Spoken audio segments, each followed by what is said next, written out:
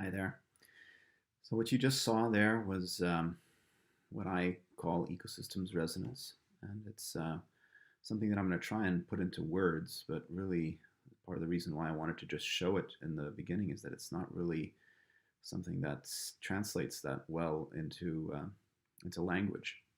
It's really more of a feeling, and in fact, the first time that I thought of the word ecosystems resonance was when I was in the greenhouse right after we had put it up in 2016, and I had been watering the greenhouse one evening in a hot summer evening, and had just finished watering the whole greenhouse.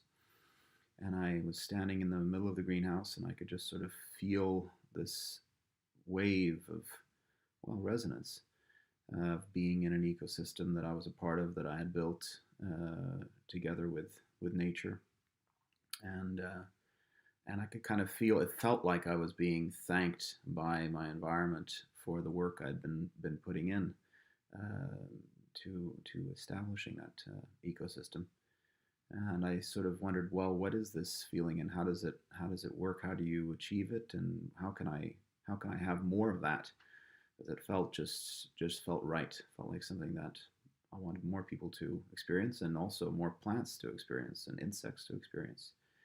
And so this talk is a little bit about my experiences about achieving ecosystems resonance. It's not something that you can have permanently, something you have to do a lot of work to maintain, but it's absolutely worth spending your time building ecosystems to get to that state. So before I go deep into that, I want to just give a little bit of a background. This is the farm we live on, and we moved there in about 2009 when our son was born, because we wanted to live a little bit more closer to nature. We've been living in cities. I've been living in cities most of my life and really had hardly no contact with nature at all. In fact, my real introduction to nature had to do with global warming. I felt like it was important to start doing something about global warming. And some of the most important things they tell you if you want to do something that actually makes a difference, there's really three categories of things you can do something about. And one is to cut down on your transportation. And so we started to cut down in our family on flying and moved over to an electric car. And then the second thing that you can do something about is your home. And we decided we wanted to buy something that was old. House is actually from 1880, this house. So we didn't have to create a new footprint by building something new or large. And then we also wanted to live close to nature because we wanted to at some stage reach the third, which is the most difficult of the three things to do something about that you can do personally to do something positive towards global warming, reducing the impact, is your food and where you get your food from, what you eat. And that's in large part how this story started, was me trying to figure out how I can reduce my carbon footprint in relation to food. And so when we bought the farm in 2009, I really didn't know anything at all. And you can kind of see in the backyard there, I tried in the first couple of years to grow stuff there and was pretty much a failure. I didn't really know anything about gardening. I basically just asked the farmer who I'd been leasing the land to if he could just plow up a little section and plant something for me. Or I had stuff planted myself, but he did the hard work for me, and it was a catastrophe. He was run over by weeds. I didn't know anything about soil health or anything. And then over the years, I learned more and more, studied ecology, and eventually managed to get to the state that I'm at now, which is looking at ecosystems in a more holistic way from the perspective of ecology as a science, and trying to find ways to interact with plants on a deeper level. Now, the transition that I went through was actually really from this stage, where I was in 2006 working for Apple, which is what I call my liquid crystal addiction phase, when I was just zooming into screens and working with tech, which I did for about 10 years' time, over to the ecosystems reproduction phase of my life. So what you're seeing here really is a built ecosystem. Obviously, this is fairly far north, and most of these plants wouldn't survive here without this greenhouse protective layer, or if they did survive, they probably wouldn't get to the stage in which they could reproduce viable seed. And that's a big part of ecosystems resonance from my perspective, is that if you can't get a plant to reproduce, then you're not really being able to maintain it sustainably over time. And that's a fairly important part of stable ecosystems. Most of these plants come from further south. In fact, there's hardly any cultivars that originate this far north.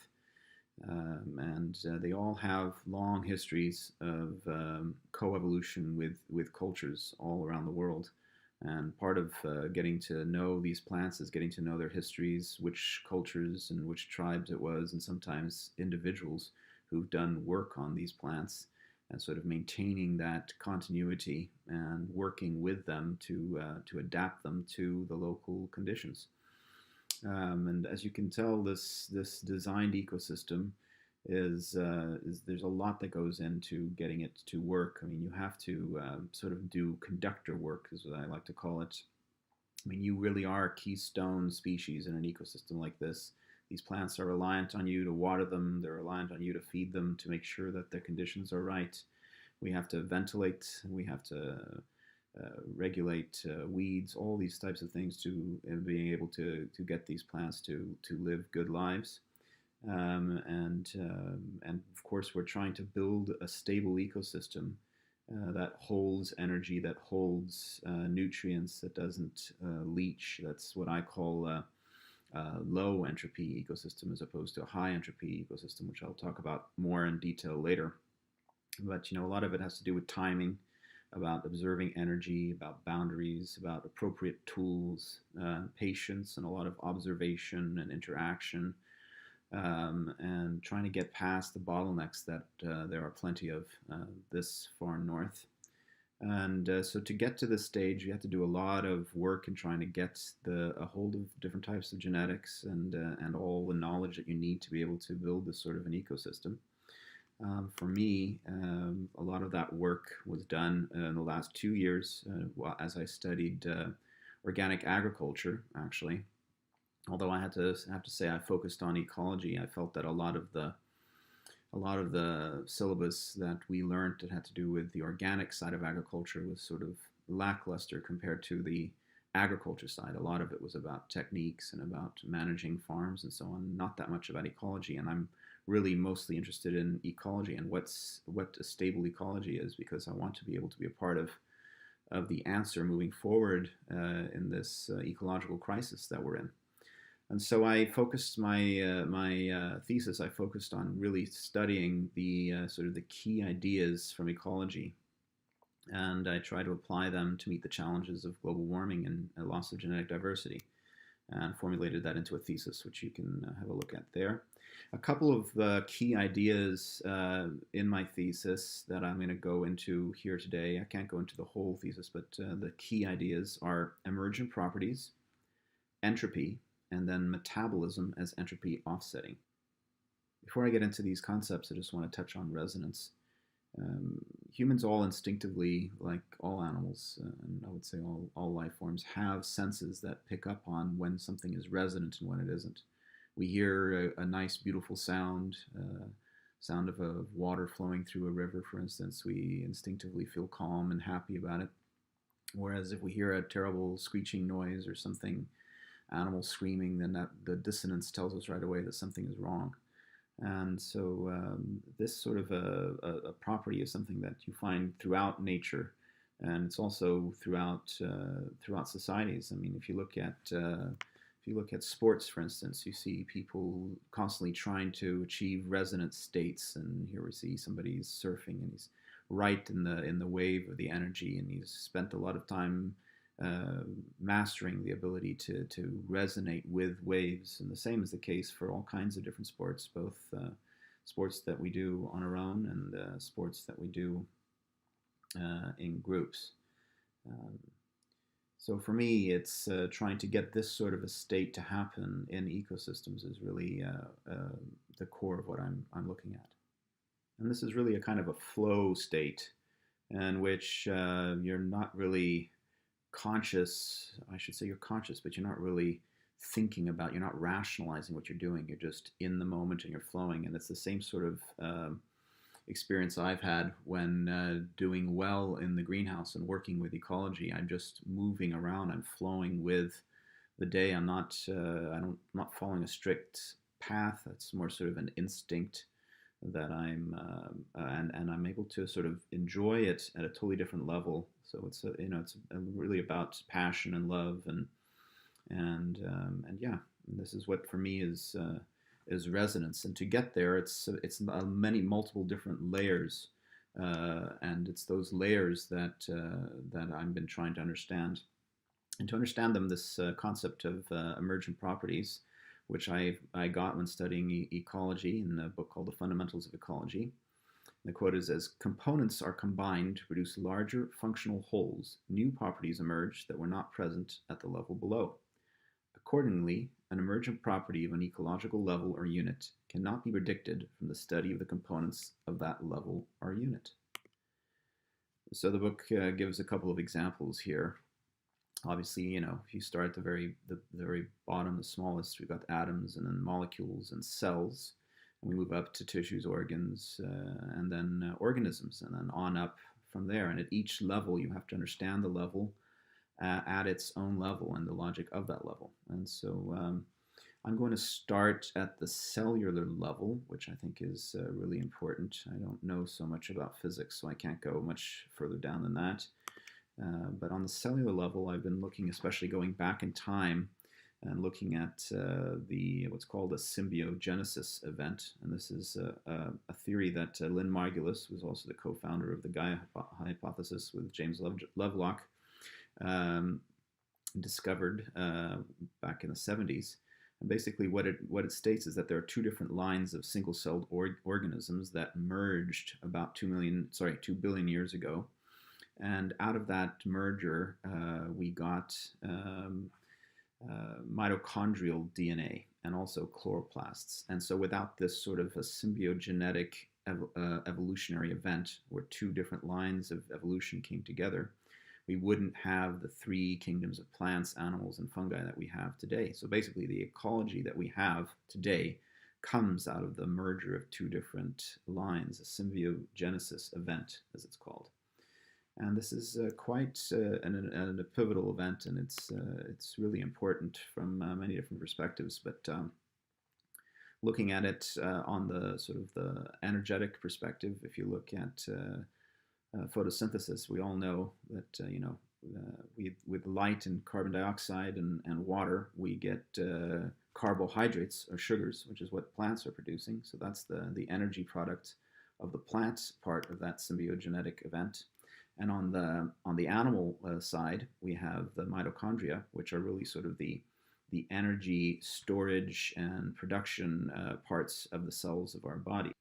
Interestingly, in animals, we get the reverse of photosynthesis when mitochondria take sugars, proteins, and fats and turn them into CO2 and water, producing heat and energy for the cells.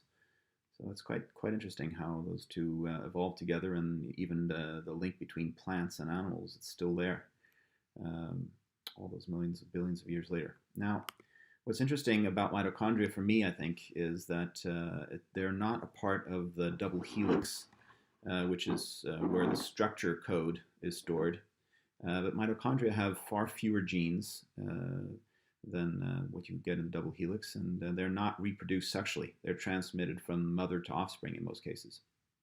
And these are sort of the batteries in the cells, batteries and engines in the cells, and some cells have more mitochondria than others. So liver, brain, heart, and eyes are some of the cells, the organs that have lots of mitochondria in each cell. And others have none, like blood cells, for instance. There's been a lot of research in recent years looking at mitochondria and how you can maintain good metabolic function. And what they find is that there's some basic things. Obviously, you need to have good sleep with as little light exposure as possible, as much exposure to nature as possible, and then you need to sort of align your cycles with natural cycles. And good contact with the earth is another important factor. And then some intermittent fasting has been shown, a lot of research has been shown that that's a very healthy thing for mitochondrial health. And why is that? The interesting thing is that when you fast your body intermittently, you're actually kind of stressing your body, not a very high stress, but a low level of stress. And what that does is that it causes the mitochondria to come together, because the mitochondria aren't stuck in one place in the cells. They move around within the cells.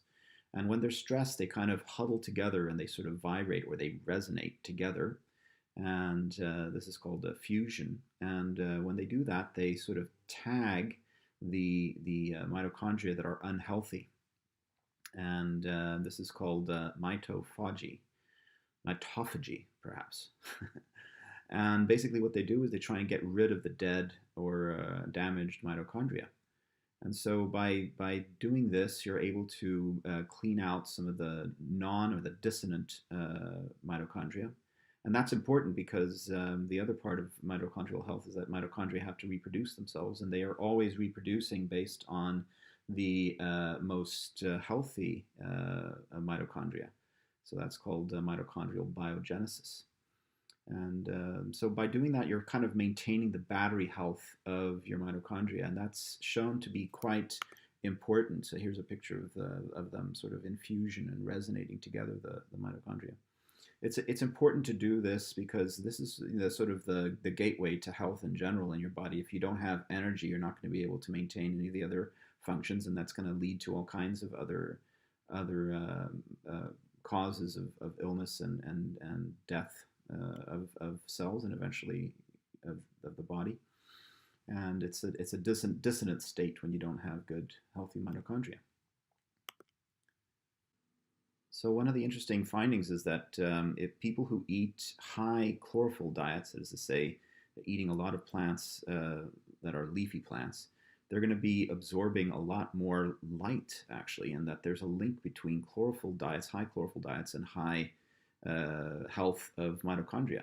So this is what I've noticed as well when working in my greenhouse and connecting with my ecology, is that it's something what I call eating light. Is that the more leafy greens you eat, the better you feel. You get this sort of energized, it feels like you're sort of merging with the sun in a way. A very nice feeling and high energy feeling. So yeah, eating light, that's something that's sort of critical to maintaining good mitochondrial health. And what they found is that you can actually sort of see this on people. It's something called skin autofluorescence when your mitochondria are in good health. There are ways of testing how healthy your mitochondria are, but a lot of what the health experts are saying these days is literally asking how do you feel, and how do you look, how do you feel. Those types of indicators matter. It tells how resonant you are with your ecosystem. Also, relationships between people and between you and your ecology matter a lot to mitochondrial health. So, if you are highly emotionally stressed all the time, then that'll be draining your mitochondrial batteries. And so it's important to be able to charge your batteries, through some sort of meditation. And for me, it's meditation by building ecosystems and being in ecosystems resonance. It's the kind of love and joy that I get out of being a part of an ecosystem. This is a picture of the autofluorescence of skin cells here. So we just sort of moved up a few levels on the emergent property ladder from cells to organs, right? Looking at skin and how the whole organism works. But if we move on to whole organisms, then we can see that contrary to what we sort of intuitively believe, the individual is not actually an individual. It's a micro ecosystem. Microbiologists, they're comparing breakthroughs in understanding the complexity of life on this level to sort of the time of Darwin, when we discovered evolution. So it's what's called the holobiome, which is the interplay between the animal genome and the mitochondria genes, and the microbiome, which is all of the microbes that you have in your system. You have microbes throughout your whole system. And together, this is called a holobiont, which is millions of genes that are made up of microbial symbionts. and our mammalian genes, of course. So it's that looking at life as the individual, as the ego, is sort of maybe an old-fashioned way of looking at things. Most people still look at the world that way and consider themselves to be individuals, but in reality, we are sort of complex systems, and this is sort of leading science in the direction of what's called complex systems science. And resonance is a big part of understanding how all these pieces fit together. So this brings me to the second main idea that I'm going to introduce, which is entropy, or the second law of thermodynamics. So the topic of entropy is extremely complicated, and we don't have time to go deeply into it, and I don't admit that I understand it in depth myself. I think you probably have to be a physicist to really grasp it on a deep level, but in basic terms, it means it has to do with how energy flows. That energy flows from a concentrated form to a dissipated form, so it becomes more evenly distributed over time until it eventually reaches a state of equilibrium. So if you look at on the Earth, it's quite obvious for anybody who thinks about it that the sun's energy doesn't go from a weak form to a strong form, but it goes from a strong concentrated form, the sun, towards the Earth. As it moves out to outer space, it becomes more and more dissipated. And our ecosystem is built off of that gradient of flow of energy moving in the direction from concentrated to dissipated. And this is something that the famous quantum physicist Schrodinger thought a lot about, and he was quite obsessed with understanding how this relates to biology and life, and he came up with something called Schrodinger's paradox, which states that, asks the question how it is that living systems increase their organization despite entropy increasing. So how come it is the case that energy goes from a concentrated form to a dissipated form, but in life it seems to be going in the opposite direction? So it seems to be going from disorder to order. And he answers this paradox in a famous paper called What is Life? And where he explains that life is about two different sets of processes. It's order from order processes and order from disorder processes. So basically what the order from order or order from disorder processes are metabolism. So it's what we've been looking at with the mitochondria and the chloroplasts. It's energy being stored from the sun and turned into sugars, and then that energy being used again in plants in that second wave of metabolism. And that's taking the energy that's heading towards disorder and it's ordering it. And then on the other side, the other part of life is the order from order sets of processes. And what Schrodinger talks about there is that he doesn't really understand that set of processes. This is in 1944, if we recall. By that point, the double helix hadn't been discovered. And so he writes, when he points to what he thinks it is, he says it's an organism's astonishing gift of concentrating a stream of order on itself and thus escaping the decay into atomic chaos, of drinking orderliness from a suitable environment. And he says that this seems to be connected with the presence of chromosome molecules. So he's pointing towards DNA, but he doesn't really understand it. Interesting thing is that about a little bit less than 10 years later, Watson and Crick, the discoverers of DNA, when they, in their Nobel speech, they attribute in part their discovery to Schrodinger and this paper, What is Life? So really what we're looking at is reproduction. So we've got production on the order from disorder, and we've got reproduction on the order from order side. So it really puts reproduction at the center of focus on the scientific level, as opposed to production, which it had been for the longest time. And for me, this is quite a central shift. It's what I would call a Gestalt shift when it comes to looking at ecosystems, because it really focuses on the function of seeds. Those seeds, if you look at it sort of from the mammalian perspective, for millions of years, we were always interested in seeds because we were able to store energy that way. We could, if we collected seeds, we could store them underground, and that would be a great thing for us later on. And that's sort of how civilization evolved off of the back of storing seeds, really. But if you look at it from an ecosystem's perspective, it's a totally different way of looking at it, and that seeds are really they're entropy offsetting units, right? So they're order from order reproductive waves in ecosystems. And for me, that's quite a useful way of looking at them. So they're not really productive order from disorder waves like you would have in leaves or trees or the guts in animals, right?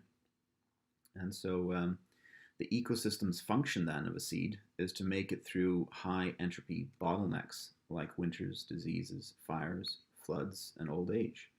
And if you recall, when we talk about entropy, basically high entropy just means where disorder is happening more quickly, right? And low entropy is where you're able to reduce the amount of disorder that's happening in an ecosystem. That's the simple way. It's much more complicated than that, but that's the simple way of referring to it. So for me, this is an important switch in looking at the world from a thermodynamic perspective instead of just from a sort of an instinctive production, food, survival sort of perspective. And the reason why this is important is because we're moving rapidly out of the age where we've had little impact on our ecology, and we're moving quickly to the Anthropocene, which is a period in which we're the main cause of the sort of the driving forces of our ecology, and we're creating these increasing pressures on our ecology, and we really need to find ways to manage those pressures and to sort of open the bottlenecks that we're creating. Otherwise, we're going to get total total destruction of our ecosystems. And so from my perspective, changing our perspective to looking at it from the perspective of entropy instead of just looking at it from production or economic perspectives really gives us the tool to figure out, well, what is it that we're doing that is positive, that has a positive effect long-term on our ecology, and what doesn't. So here we have an example of high entropy versus low entropy ecosystems, right? On the left here, we have a monoculture field. And looking at it from an ecosystem's perspective, that's a high entropy system. Why is it a high entropy? Well, it's got only, it's reduced the amount of diversity, genetic diversity, to only one species. I mean, there's going to be some other species in there, but it's hardly anything compared to what we have on the right here, which is sort of a permaculture food forest garden situation, in which you have very close to mimic of what would be a natural ecosystem. In fact, you could make the argument that this is a natural ecosystem enhanced, in which humans are doing the keystone species function of managing the ecosystems in a low entropy state. And that's the direction we need to be heading. We need to be moving away from these food deserts that we're creating that take a huge amount of fossil fuels to manage and that are destructive to ecosystems, to ones that are more stable and that offset the effects of entropy over time. And I want to add, of course, that runaway global warming is the mother of high entropy events, and that's what we're looking at now. We're quickly, I'm hoping most people in this audience understand that we're quickly moving towards runaway global warming. This is especially relevant for people living in Russia, because we know that when the permafrost melts in Russia, that's the runaway global warming event. That's the tipping point that'll destabilize the whole biosphere. And that's what we have to avoid at all costs. So changing our perspective and looking at ecosystems from entropy perspective is really critical to understanding this our relationship with the biosphere.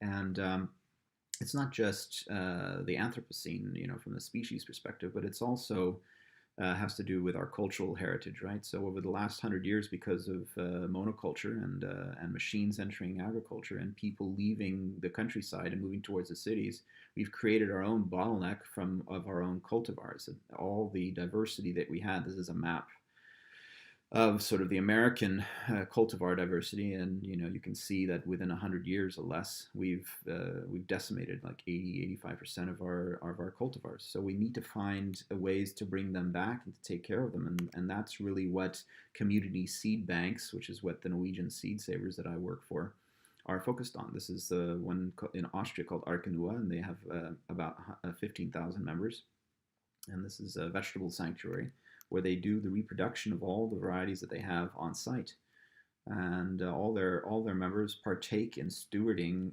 all the biodiversity that's in in their collection, in their bank. And this whole revolution of community seed banks has really taken off. You had the Seed Savers Exchange established in the 70s, and after that it really exploded.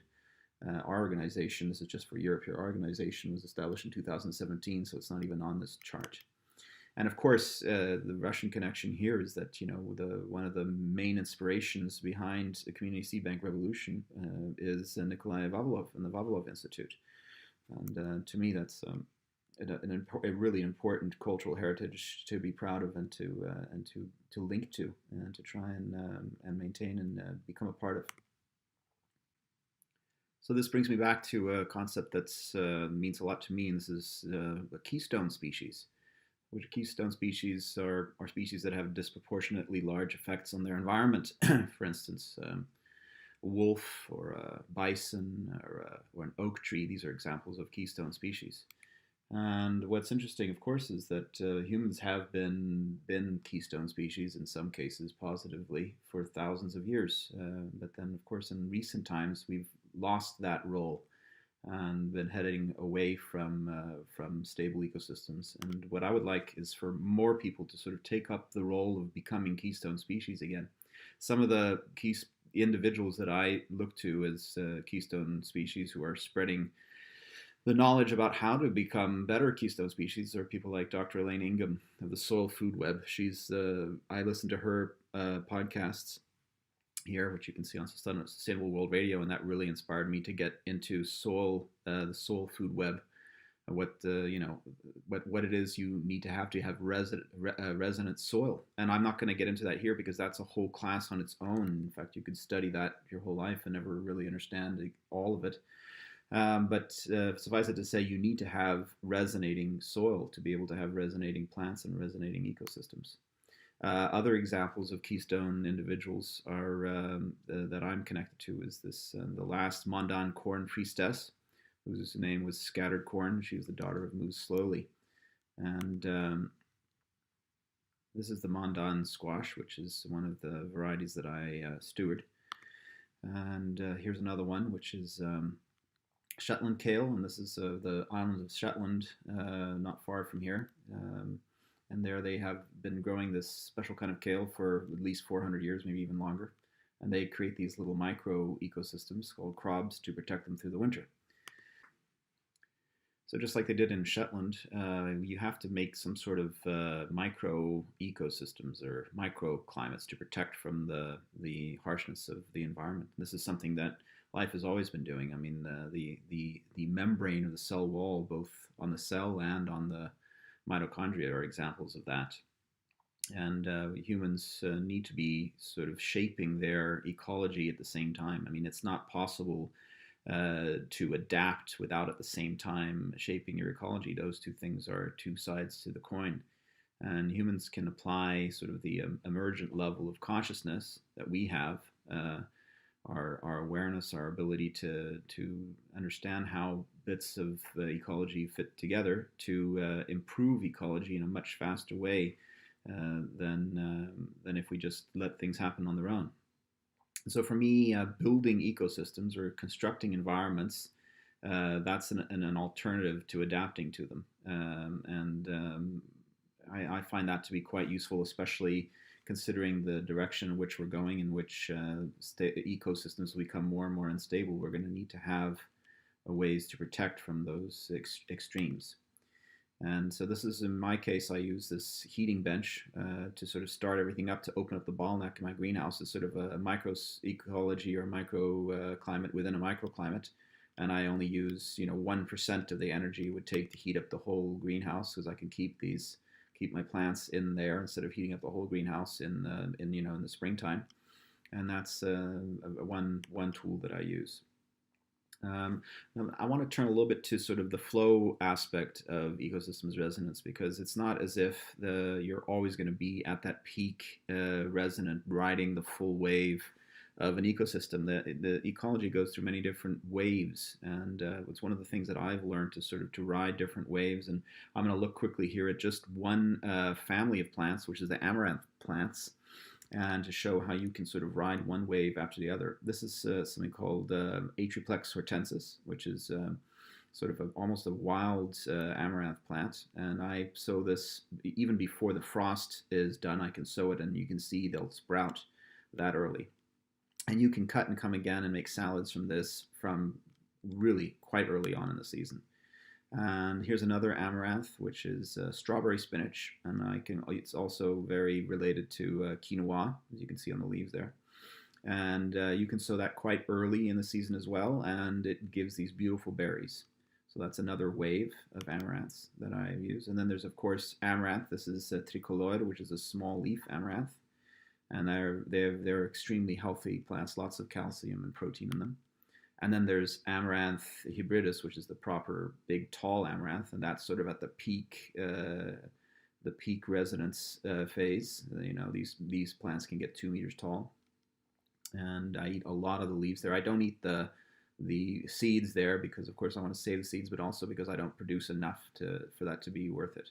But usually that's what people do. They eat the seeds from that plant. It's the holy plant of the Aztecs. And then there's chard, which is another plant that this is a Syrian medieval chard. And then finally there's spinach. And spinach I can sow late in the summer or in the early fall, and I can eat that all the way up until Christmas. And then it looks like it's going to die. So this winter it hasn't died at all, but some winters it'll die down. And then it'll come back in the spring. So it's the last thing I eat, and it's the first thing I eat. And so that way I have waves of amaranth that I can eat all year round, more or less, except for sort of, January and February, basically. They're the only 2 months when I don't. And those months I can sprout them indoors if I want to. So this is ways of riding waves in your ecosystem and to sort of maintain resonance with them. And I could go into the details of how you could do that while saving seeds at the same time. But we don't have time for that now. So to conclude, with global warming, we just don't have time to let nature heal on its own. Humans have been the cause of the problem, and we have to become responsible, active members of our ecosystems. The defining characteristic or function of humans is not to create growth like we're doing today. Instead, it's to live in harmony with our ecology. The bottlenecks that we've created are rapidly closing, and we need a revolution of ecosystems resonance builders, where the focus is not on profit for humans, but profits for the biosphere as a whole. Instead of humans working for economy, it should be humans and ecosystems, aware of and in harmony with the nuances of their environments. We need to all become active keystone species, which we have the potential to do. And we need to be building ecosystems within which we can resonate. Thank you all for listening.